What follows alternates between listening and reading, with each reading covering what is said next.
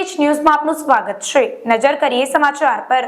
પંડિત દીનદયાળ ઉપાધ્યાય હિન્દી પ્રાથમિક શાળા અને સયાજીગંજ હિન્દી શાળા નંબર 53 માં વિશ્વ માતૃભાષા દિવસની ઉજવણી કરવામાં આવી।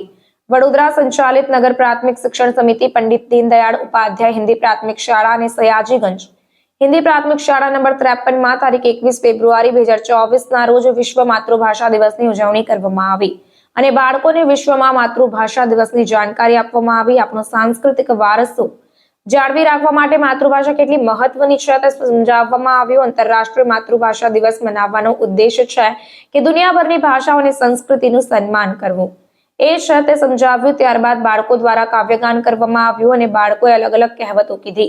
ઝવેરચંદ મેઘાણી, કલાપી, ઉમાશંકર જોશી, કાકા કાલેલકર, દયારામ દલપતરામ, સુંદરમ જેવા કવિઓના ફોટા નિદર્શન કરાવાયું। कवियों उपनाम અને તેમના વિશે जानकारी પણ આપવામાં આવી।